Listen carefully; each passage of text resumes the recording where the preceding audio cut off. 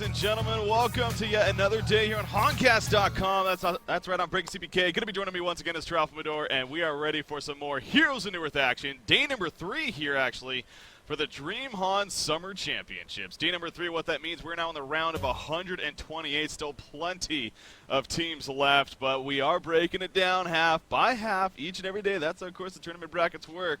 And eventually going to lead into that group stage after the 32 teams are figured out. So really looking forward once again to seeing what happens today. Thank you for tuning in, and hopefully you're expecting some great Heroes of New Earth, because I believe that's what we're going to deliver today. So with that said, again, I'm joined by Ralph Mador, my co-caster here in Honcast. How you doing, Ralph? Hey, I'm doing really good. We're getting to this round of 128, and we're going to start to see some better teams playing each other. In fact, I noticed both of these teams are both recognizable, and so things are going to get really antsy now because it's this. You haven't made it to the group stages yet, so these games are very, very important. They're all best of threes, which is good, but things are definitely more important, and everything's on the line right here. Yeah, it's definitely breaking down. Of course, again, as you mentioned, this is the round of 128 guys. So, again, still a lot of teams left. But it just so happens, as you were mentioning there, we actually got a pretty good matchup here. Here in the round of 128. We actually have Team 15 is going to be taking on Pikachu. Now, those two team names may not be too familiar, but a lot of the player names actually on both sides may stand out a little bit. Team 15, their roster actually includes Bassett, Boston, Rhythmy, FedEx for the win, and then Flensmeister. So a couple of names over there, especially Bassett's recognizable names over here on Team 15 side. Then you got Team Pikachu. We're looking at Gordob, TPS Priceless, Buch, Tankafet, and it's something I don't even Storyfutter. Storyfutter. There you go. It's one of those I could have probably pronounced it, but I just don't want to butcher it. So I'm glad you stepped in there. So I did take some German in high school, and I don't know if that's a German name, but I know that the E looks like a sound. It looks like it very likely could be, but. So yeah, we got two teams here, Charles. That now we're getting into that stage of the event, even at a round of 128, where we're starting to recognize more and more as far as the players and teams go. So that should make it that much better. Yeah, absolutely. And I said before too that it's kind of really scary that these teams. I mean, these are not bad teams. These are good teams, and they're playing each other already right now. And so it really means everything for them to win this best of 3, because I believe if you don't win this and you don't make it to the group stages, you're out. Is that right? It's single elimination into the group stages. I mean, yeah, you lose, you're done. So pretty brutal in that sense. But obviously, when you have such a big event, you want to try to cut it down to that, get the fat off and everything, get it all slim and nice looking. But that's just how it works. It just so happened that the brackets were placed this way, and so we got two solid teams, two teams that could have very likely been in the group stages had they had the chance to actually get there and not run into each other. But welcome to the life of tournament play. So not that neither team is complaining by any means, or should be, but it's a best of 3, so their tournament lives are on the line, and it looks like, in fact, Game 1 is pretty much upon us. So, Charles Mador, you ready to get some casting kicked off today? I'm ready, Ricky. Let's do this. All right, so we got Game 1, guys. Team 15 taking on Pikachu here in this best out of 3. So, again, it is elimination time here for these two teams. Whichever team wins, they'll be moving on to the round of 64. You lose, you are done here at the DreamHoN Summer Championship. So, now, an interesting thing to talk about right off the bat, and actually you brought this up in while we're talking before we came on the air, of course, in a best of 3, the teams will roll, I guess really in any best of 1 or best of 3, they'll roll to see which side they're on. Right. Team 15 won the roll, and they chose Hellborn. Normally that would be like, okay, yeah, that's what they always do, but you brought up the point with lockpicking, that's not as certain anymore. Right, and when I was playing with the TDM and we were scrimming a lot with this lockpick mode, almost always the one person who won the roll would take Legion, and that's simply because you get 2 different chances at the first pick. So you get the first pick in the regular picking phase as well as first pick in the locking phase. Yeah. So you don't have to worry about heroes like Tundra and Pebbles being in the pool, because you can always pick them up first. Yeah. So you can really execute a strategy that coincides with that, and it's just much an easier position from the drafting point of view. And that's why I would prefer first pick. Obviously, Hellborn has the better position, better access to Kongor. It's just closer to you, and that's why teams really favor that.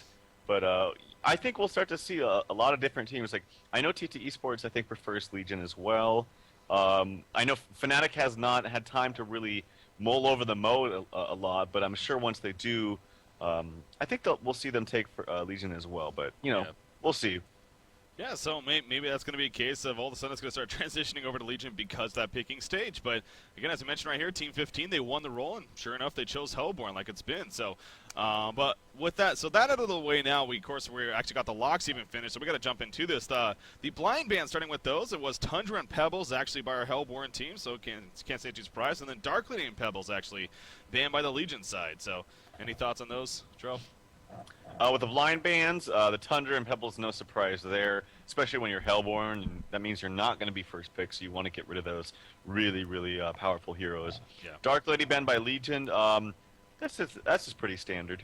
Okay. And now we actually see the regular bans coming out, and both Mage Bane and Silhouette are banned, so all those really 3 strong hard carries are banned. Yeah, you brought up Dark Lady, Mage Bane, and Silhouette out of the way, so we are not going to be seeing any of those. Silhouette, Mage Bane, Magnus, and Miraxis so far are included with the bans. You got NIM4 right there. Of course, the stage that happened before that, though, was a locking stage, and it started with Forsaken Archer. We went to a Luna Behemoth, then we saw Ophelia and Keeper, and then Parasite. So this is a very jungle-heavy lock pick pool here, actually. Yeah, very jungle heavy, and right now, as far as just the bans goes, too, this is about as standard as I think you'll see it. This is, like, when you're watching the top teams, I'm expecting to see these kind of bans come out all the time. And as far as the lock pool goes, it's pretty standard as well. You do have Ophelia as a very popular hero right now. Tempest is still on the board, too, so that's something to think about. Yeah. So we'll see how it actually goes about here. Obviously, the picks are happening. Jeremiah, that final ban. So now into the picks, we saw Polywalk Priest snap first pick, and then Witchslayer Bubbles here to follow it up for 15. So, and then there you go. I mean, these two teams pretty confident with their picks, actually. Demented Shaman right away, and then Pharaoh to finish it off even. So what do you make of the Legion side over there so far, Trev? I think they're going to do some kind of what I call the Decerto strategy. It's what really put Decerto on the map before they became 90s and then Druids, although I don't think they have the Druid sponsorship anymore. No, not. But it's really strong, and I could see them doing that. We'll see if they do this.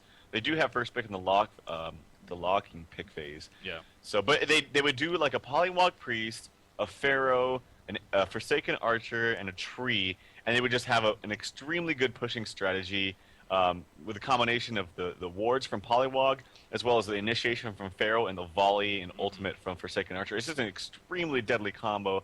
We'll see if they do it here. I expect that a Luna would be picked out of the lock pick phase first because she is probably the best hero in that pool.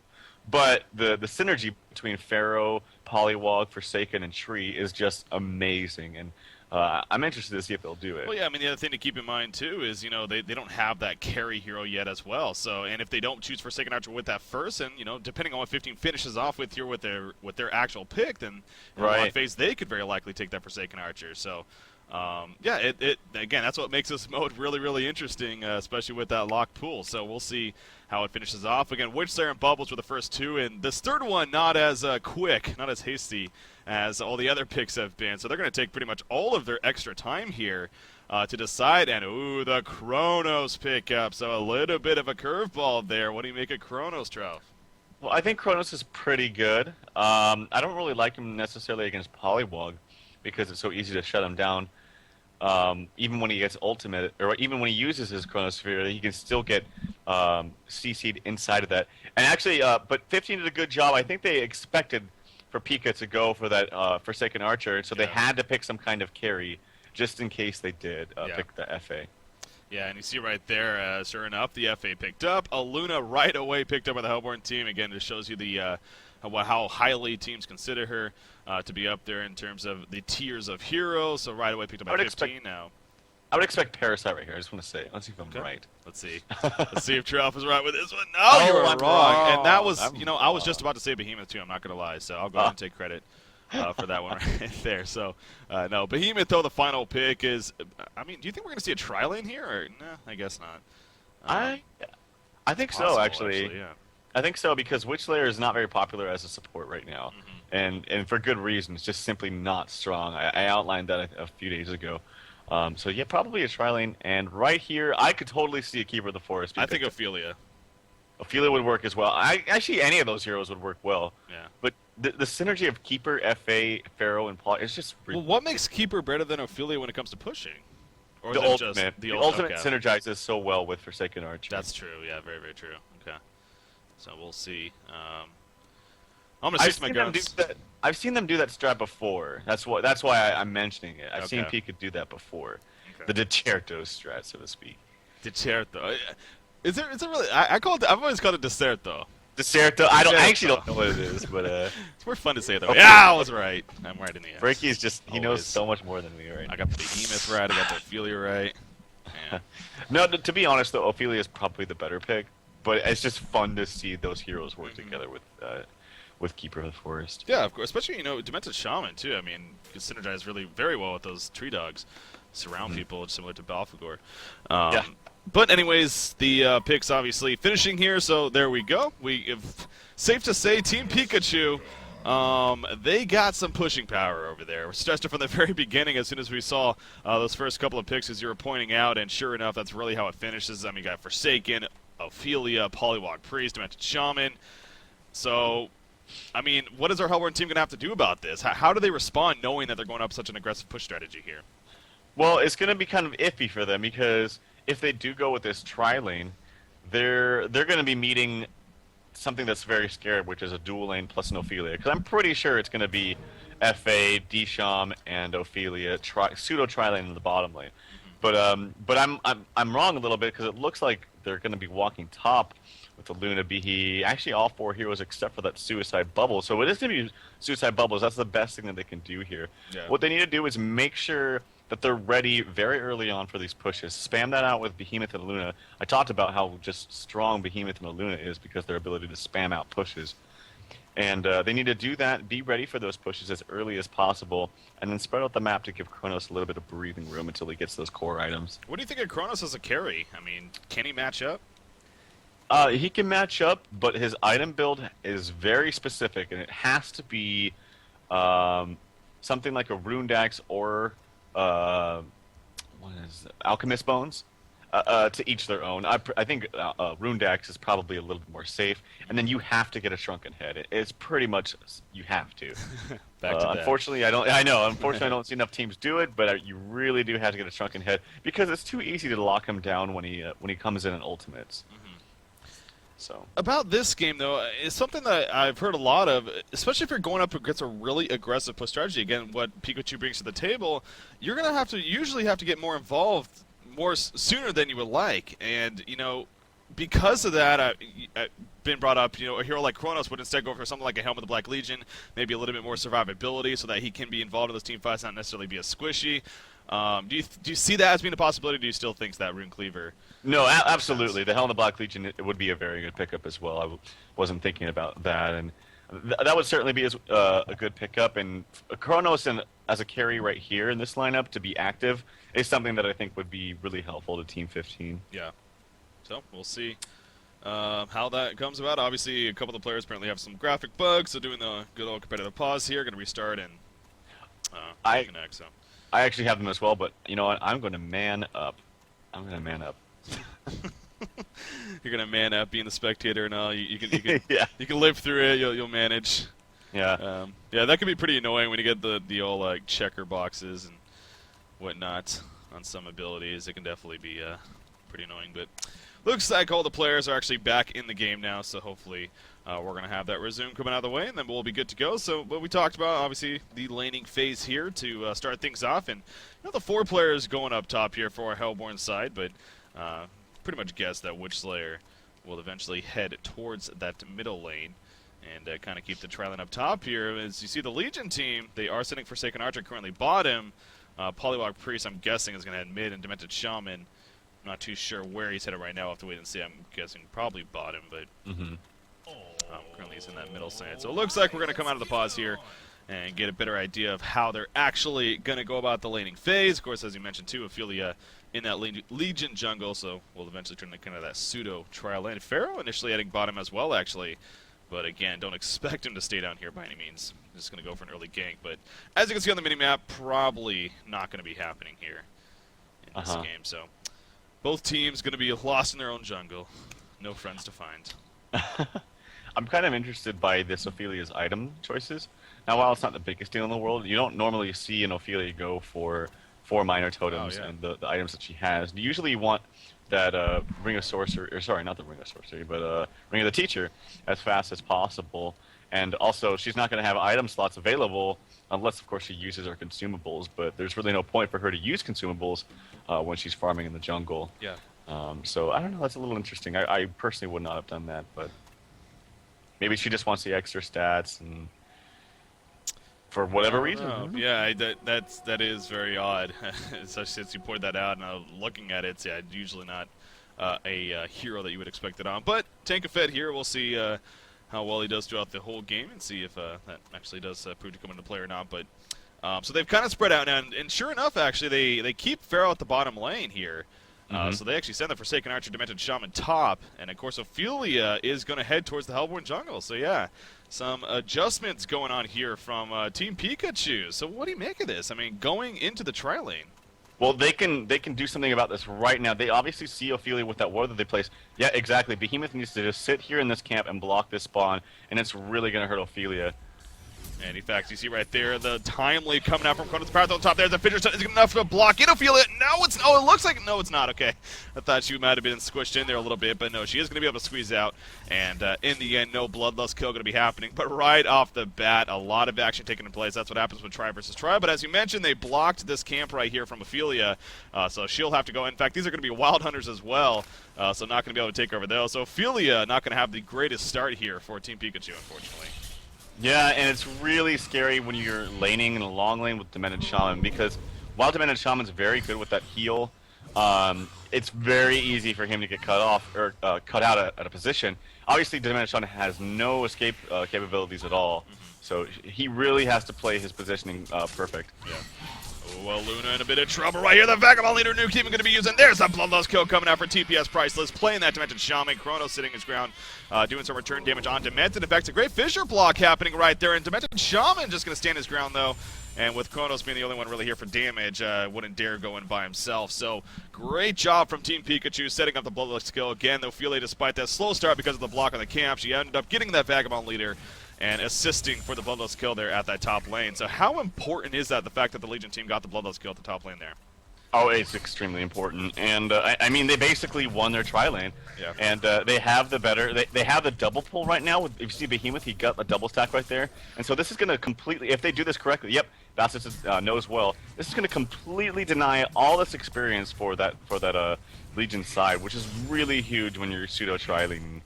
But, you know, a bigger thing too is that they did not block the pole for the second time. They need to just have someone just sit there because it totally screws the Ophelia player. Yeah. And I would have liked to see them do that. Yeah, so of course this camp we're talking about right next to the lane, which we saw him get the Vagabond leader from initially. So, but yeah, we see now a Skeleton King camp is currently there. So yeah, we'll definitely keep an eye on that as well as this game progresses and see how much, if at all more, the Hellborn team even looks to do that. But other lanes do exist in this game, believe it or not. We do got the middle lane, Polywog Priest going up against a Witch Slayer here, and taking a look at the early stats. Polywog Priest 12-5 against a 1-3 Witch Slayer. Wow. So wow, you talk about domination. That's pure dominance right there.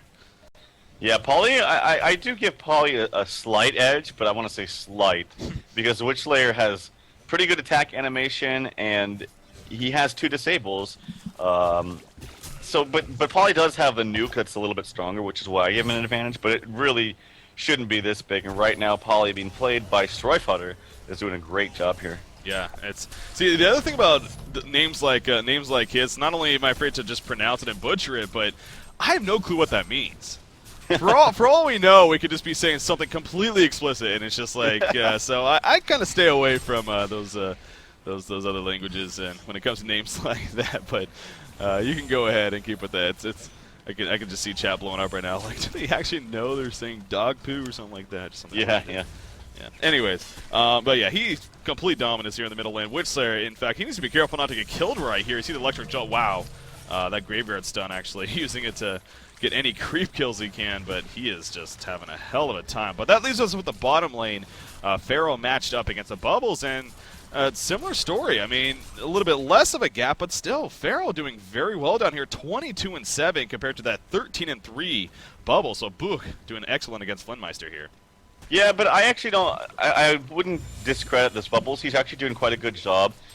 Whenever you're a Bubbles against a melee in their short lane like Pharaoh, and Pharaoh has very good attack animation as well. Yeah. It's always going to be a harder time. I would definitely give the lane advantage to Pharaoh. Also, they pooled Pharaoh an extra. I don't know if you saw at the beginning, but they pooled him an extra health potion. Oh. So that gave him a bit of an edge there, as he is all out of consumables right now. Yeah. And you see perhaps being a little bit more now passive because that's going to give Bubbles a chance here. In fact, you see Bubbles actually switching the Ring of the Teacher even to get a little bit of a push going on here as a result of getting up to the tower, so applying a little bit of tower damage, but now the lane will get pushed back up because obviously you see the creep lane is still in range of the tower. I think he could kill him. I think Bubbles could kill him right now if he attacked. Oh, he missed the shell surf. Shell surf, yep. He was going for it right there. I mean, he even used the health potion just prior, so get a little bit of life up, but not able to hit Pharaoh. Now, Pharaoh actually going to return. Pharaoh is level 6. That's something big to keep in mind here as this game progresses, too, because Pharaoh, just like Bubbles, one of those heroes, he gets that level 6 mark. Expect him to start moving around sooner than later and setting up either kills with it or even counter ganks with it. So we'll keep an eye on Buch, we'll say that name, and see whether or not he becomes useful. I mean, is that something Pharaoh should just be looking to actively do now that he is level 6, or is it really just complete, response to the opposition?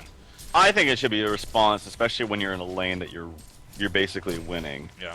I don't like to leave lanes that I'm winning when even if I have an important ultimate like that, because there's just really no point.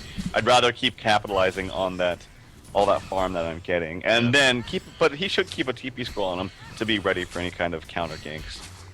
Yeah, and you see right now nothing on him action as far as the homecoming stone goes. So let's see if he gets that. In fact, going bottle lag. What do you make of Bottle's side lane? That's something that's always interesting to talk about. I think it's fine. Yeah. Yeah, I think it's fine in most situations. But right here, unfortunately, you see it with an empty bottle. Yeah. But you see him also with full mana and half HP, so he kind of did something wrong there. That's the only problem with Pharaoh is, did he max Hellfire? Yeah, he did.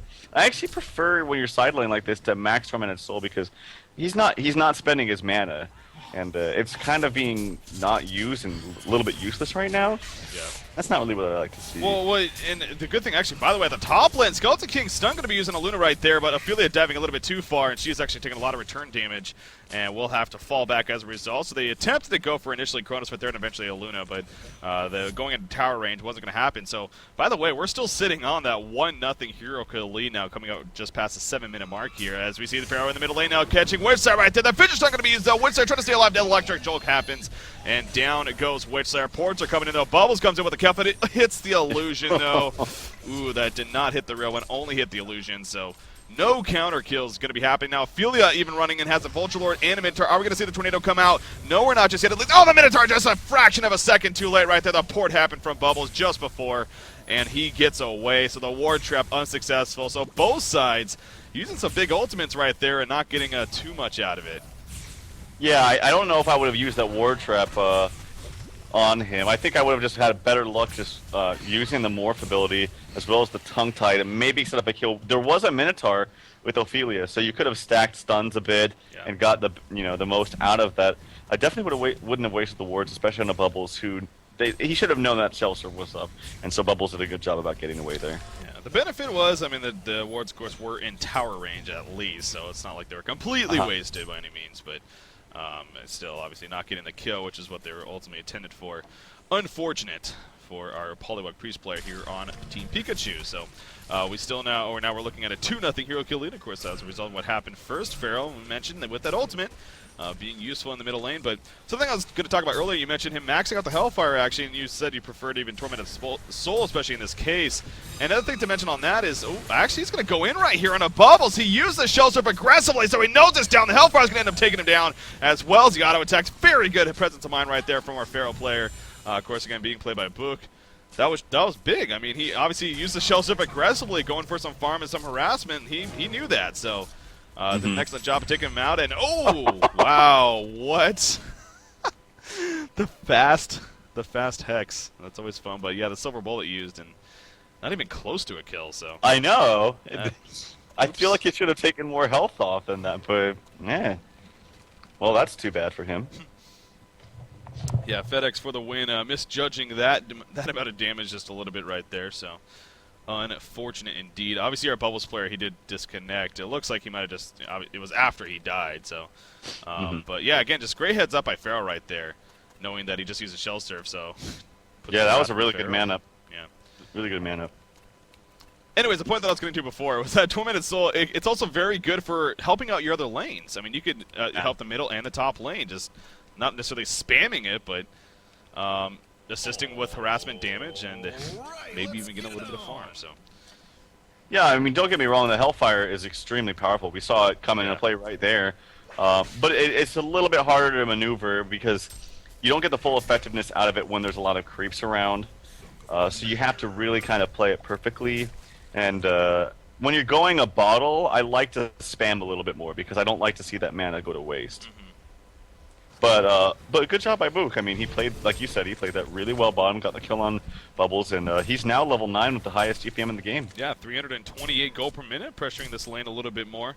Again, doing a fantastic job. Speaking of the GPM, Polywalk Priest following closely as he has passed that 300 gold per minute mark, and he is level 8 himself. Of course, the item's definitely showing that. Ring of Sorcery, bottle, and some boots, as well as even a power supply. So he's got his regen definitely taken care of, as well as the early items. As far as the Hellborn team goes, their leader is the right hero that you're looking for in Kronos, but it's not all too impressive. I mean, it's 260 gold per minute. It's not like it's struggling by any means, but hey, he has Steam Boots. He has his Life Tube here, but not much else. Again, with that 260 gold per minute. Meanwhile, in the middle lane, we have a Kelfield going to be used. The wards already down for Polywar Priest. He's going to focus them on the tower. Bubbles dropping quickly, and Polywar Priest willing to get away, and it looks like he is going to be able to get away. The wards are going to go for the tower. Nice deny right there from Aluna coming out the last second. The Hex happened, but just a little bit too slow for Polywar Priest. Good Ophelia ultimate heal, and now Bubbles once again in a little bit of trouble. We see in the background, Pharaoh's actually here. He already used his Wrath of the Pharaoh to get into the midst of this. Hellfire activated, and Aluna's going to drop like she's nothing right there,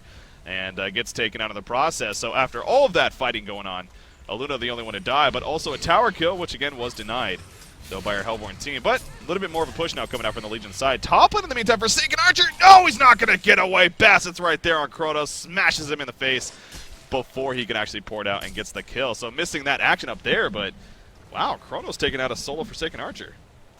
Yeah, I mean, he is level 8 now. He's actually, I mean, he's doing much better than this Forsaken Archer. I apologize also. There is someone, like, doing something outside. I'm going to have to shut my window here in just a second. That's fine. But, yeah, no, he's doing really good. He's off to a great start. Level 8. He does have the Life Tube right there, and interesting to see what he goes and makes of that.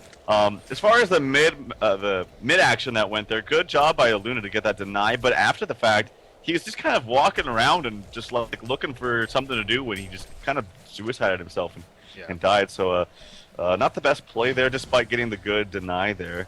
So yeah, one of those good situations leads to, well, kind of scratch your head, a bad situation moment, but at least he did deny the tower, so that was the positive there for the Hellborn team. And again, Kronos taking out Forsaken Archer. Very, very good news there for the Hellborn team. Just got finished talking about Kronos, and again, he's a solid farm, not the most impressive, though. Aluna's going to get taken out here as Demented Shaman and Polywalk Priest.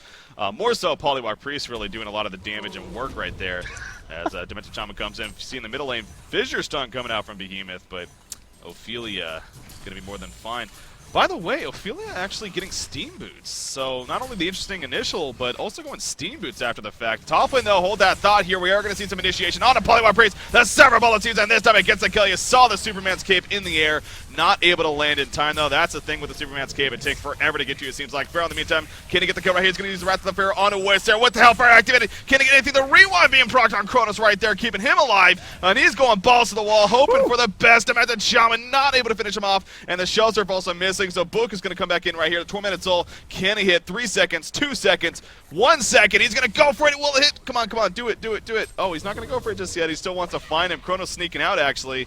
There we go, there we go, there we go. As well. Oh, it hits them both, but they stay alive in Bubbles and Kronos. And now we see in the background, Ophelia's actually dropping. She'll end up going down. Bubbles did get taken out, though, by Pharaoh, actually, up here. And he is still stuck in the jungle. Kronos is so low on life right now, but he will finally get away. Jeez, that fight did not end up there. I know, that was the craziest fight, and actually, Tormented Soul is going off again, but it will not hit anything.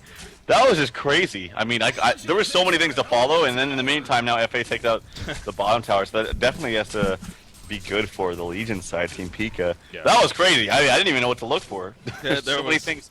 Yeah, a lot going on right there at that top side. And it's actually continuing here as Aluna finds herself next to Polywog Priest, and I don't think she's getting away from this one. Oh my god, Deja Vu. No, the Tormented Soul snipes her just before she can get out of range. So action, it's safe to say, is picking up here as this game now is at the 14-minute mark coming out. Yeah, I will say that that just shows you like how strong Demented Shaman is. His ability to sustain team fights for such a long period of time is what makes him such a great hero. I mean, he did not go for that Entangle route, so he has the unbreakable level 3 healing wave. It just makes these team fights so much more powerful for Team Pika, and you couple that with the fact that they have the Ophelia heal, it really makes any team hard to take down these heroes unless you have tons of bursts, which they do with Witchslayer Ultimate, but if you don't get that kill initially, it's going to be really hard for you to win a team fight. You see right there, Kronos actually that rewind again, only level 2, but still doing work. He got hit by a Tormented Soul and his life went down, but then went right back up as a result of it, so powerful ability indeed. But on that note, you know, again, I was kind of curious. We stress so much how much of an aggressive push team this Legion is, and it seems like they weren't necessarily grouping up together to look to do that. But I mean, now here we are, 14.5, really coming up to the 15-minute mark, and they do have all the initial towers at least have been destroyed. In fact, we see in the middle lane, Polywog Priest going into Witchslayer, but Witcher Reactor, there's a Pharaoh hit though with the hook, gets onto Witchslayer, and Polywog Priest will have the last laugh right there as the assist to take him out. In fact, getting credit for the kill. So, but do you think our Legion team, again, Forsaken Archer, she is starting to move up a little bit now. Is it more about keeping that aggressive push presence up, or can they sit back and farm some on Forsaken Archer? I think they can sit back and farm. I don't think you have... See, the thing with Kronos is, yes, he's a good hero. His ultimate is very strong, but he's not one of those, like, Mage Bane Dark Lady heroes where you're like, oh god, we gotta keep the aggression up, or we gotta push before he gets his items, because, oh, it's gonna be over once he does. He's not that scary carry, like TDL and Mage Bane. So yeah, I don't think that they have to force pushes, and I don't think that they should, but they definitely can. I mean, they are up a considerable amount of gold, so... Ooh, actually, Kronos in a little bit of trouble up here. The Hellfire doing a lot of damage here. Oh, but the return, the Chronosphere even used just to make sure. Almost as if a taunt coming out right there, and gets the kill onto Pharaoh. So, I mean, I love the aggressive nature from Pharaoh right there, but he perhaps did stick in a little bit too long and didn't really have the support nearby, as obviously Witchslayer got there in time. So, a little bit unfortunate for him, and another kill for Kronos, and all of a sudden Kronos actually has 2,200 gold, now 2,300 gold, and going to be around 2,500 now as soon as he gets this Minotaur kill. So, it obviously not going to be the Helm of the Black Legion, and I guess at this rate you pretty much have to assume it's going to be that the Rune Cleaver here. Yeah, that was not a good decision by Book. I mean, that's the kind of TMM mentality where you think, wow, I can kill this guy solo, and he could have. But, you know, obviously this is a team game, and you're playing good players, and you have to realize that they're going to respond, and especially when you have heroes like Behemoth, although he wasn't there. Well, actually, the hook coming out to Witchslayer, as well as the Polywog Morph, good Behemoth counter initiation, but it's just going to be too much, and he does go down. Book is trying to pursue this Aluna, but he might be a little bit too fast for him. He does not have a hook, obviously, because he just used it. So good kill, as we're just...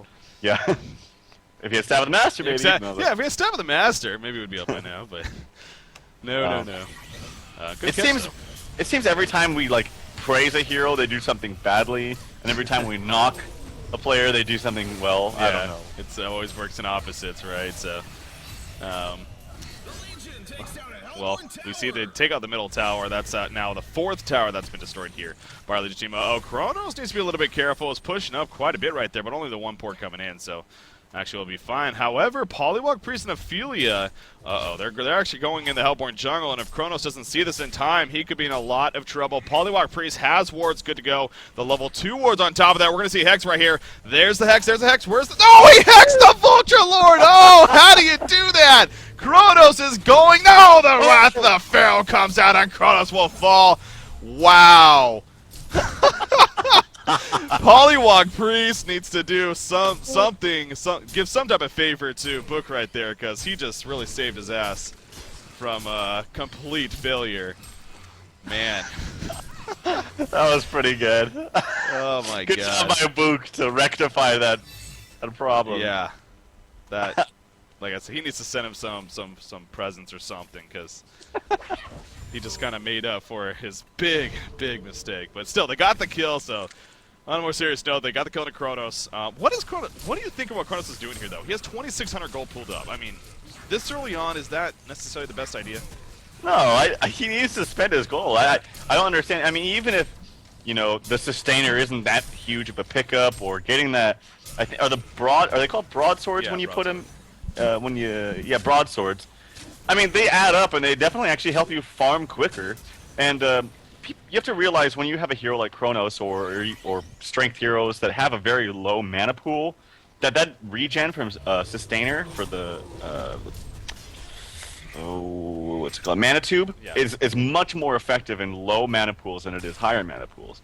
So your mana is going to go up really quickly, and it does help. It helps you farm a lot. It also helps you move around the map a little bit more when you're trying to get a gank, and then you still have that mana to use your Q spell as well as an ultimate after that.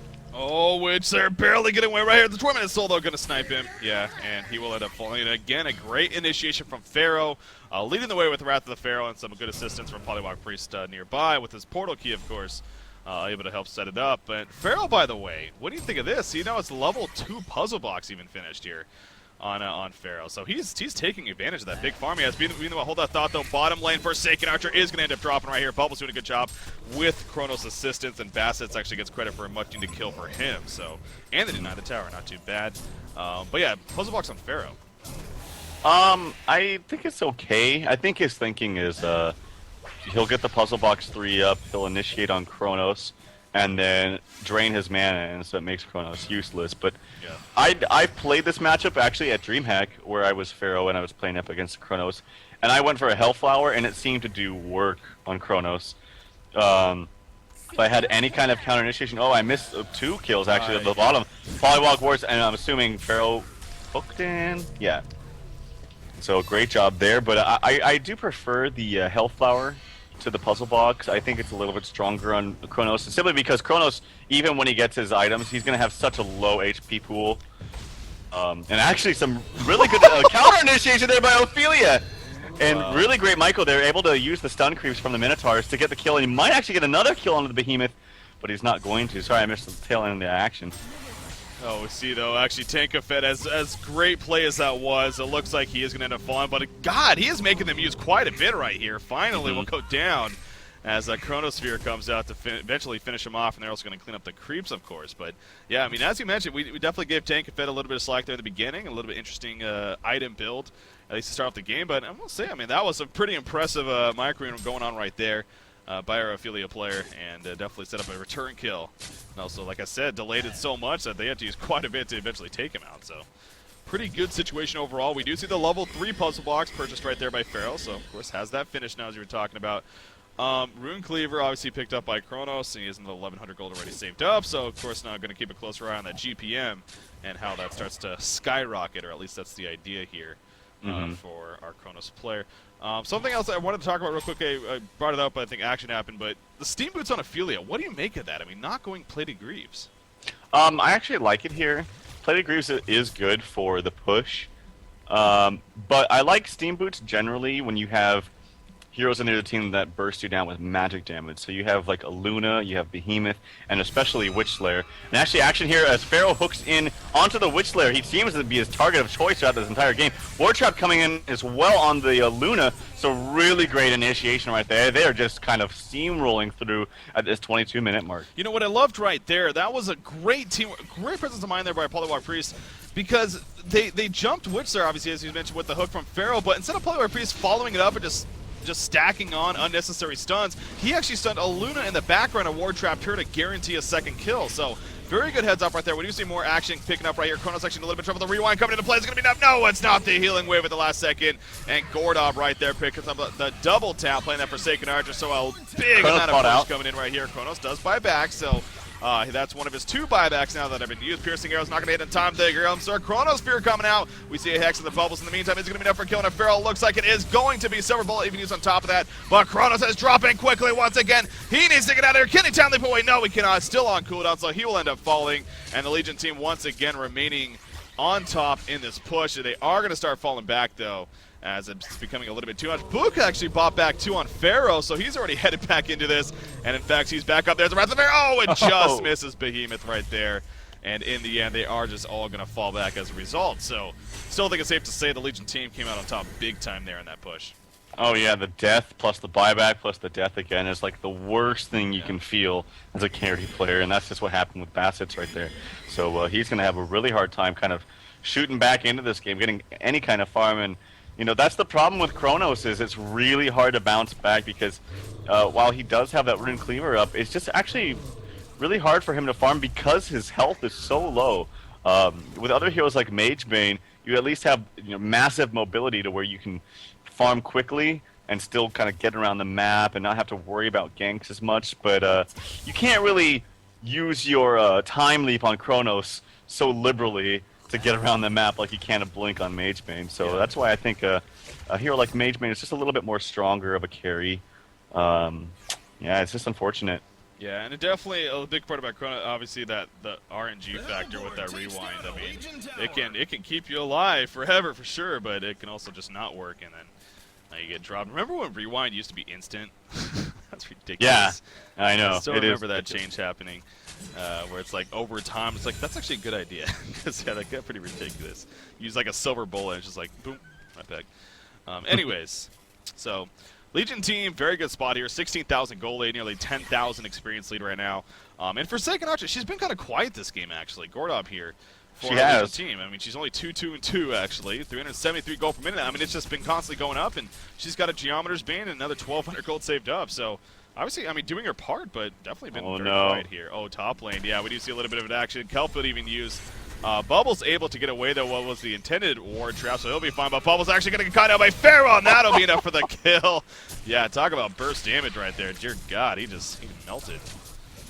Yeah, he does have that puzzle 3 up, and actually even more so than I said, puzzle 3 going to be good to mana burn the Chronos. When you have these support players on the other team that are just struggling so much, I mean, if you look at the Legion team, nobody is below 240 gold per minute. The lowest is Demented Shaman, but that's not the same on the Hellborn team. I mean, you got 100 GPM on Behemoth, or 117, 140 on the Luna. Even the Witch Slayer, who's level 12, has only 160 gold per minute. So these are very, very squishy heroes that are going to drop, and that's going to be even worse when you have a Puzzle Box 3 minion or 2 just hitting you in the face and mana draining you. Yeah, so Pharaoh, man, Pharaoh's, I mean, he's not usually a hero you expect to see a whole lot of farm on.